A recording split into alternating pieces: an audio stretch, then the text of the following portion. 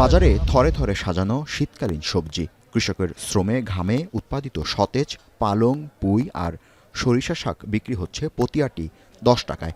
বছরের অন্যান্য সময় দেখা মেলে না এ ধরনের শাকের সমারোহ। ক্রেতারা বলছেন ভরা মৌসুমের কারণে দাম কিছুটা কমেছে। কিছুদিন আগেই ছিল 70, 80, 90 টাকা, এখন 30 টাকা, 35 টাকা, 25 টাকাও আছে। মানে একটু বুঝে আর কি। লাউ একটা 100 টাকা ছিল, লাউর দাম এখন 50 থেকে 60 টাকা কমে আসছে।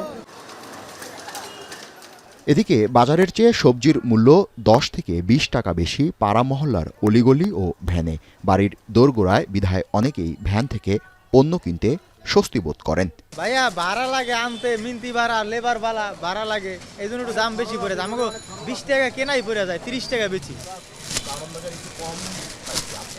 অনেকেই মনে করেন বাজার মনিটরিং জোরদারকরণ, সিন্ডিকেটকে ভেঙে ফেলা, একই সাথে মানসিকতার পরিবর্তন হলে দ্রব্যমূল্যের দর অনেকটাই ক্রেতার হাতের নাগালে চলে আসবে।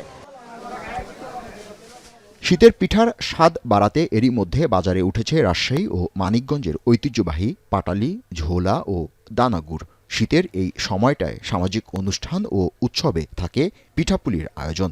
সে কারণে গুড়ের চাহিদাও বেড়ে যায়। বিক্রেতারা জানান খেজুর রসে তৈরি ভালো মানের গুড় পাওয়া যাচ্ছে 140 থেকে 240 টাকার মধ্যে, আর ঐতিহ্যবাহী হাজারি গুড়ের দর অপেক্ষাকৃত বেশি।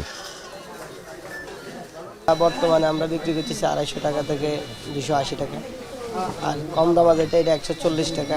পিঠা বানায়, পিঠা খাবো, শীতের পিঠা খুব মজা। চলতি সপ্তাহে শীতে উত্তাপ ছড়িয়েছে ভোজ্য তেল। প্রতি লিটার বোতলজাত সয়াবিন তেল বিক্রি হচ্ছে 175 থেকে 180 টাকায়। খোলা সয়াবিন তেলের দাম বেড়ে দাঁড়িয়েছে 160 থেকে 165 টাকায়। এছাড়া বোতলজাত 5 লিটার সয়াবিন তেল বিক্রি হচ্ছে 852 টাকায়। উত্তাপ কমেনি আলু ও পেঁয়াজের বাজারে। দেশি পেঁয়াজ বিক্রি হচ্ছে 120 টাকা, আর নতুন আলু 80 থেকে 90 টাকা দরে। বাজারে আলুর দর নিয়ে ক্রেতা বিক্রেতার তর্কযুদ্ধ নৈমিত্তিক বিষয় পরিণত হয়েছে। কথা বুঝেন নাই, আমরা এনডি মালটা দিলে তো এদিকে পড়ে যাবো। পেঁয়াজ 120 টাকা, আর ইন্ডিয়ানটা হলো 100 টাকা। মানে এটা খুচরা বাজারে।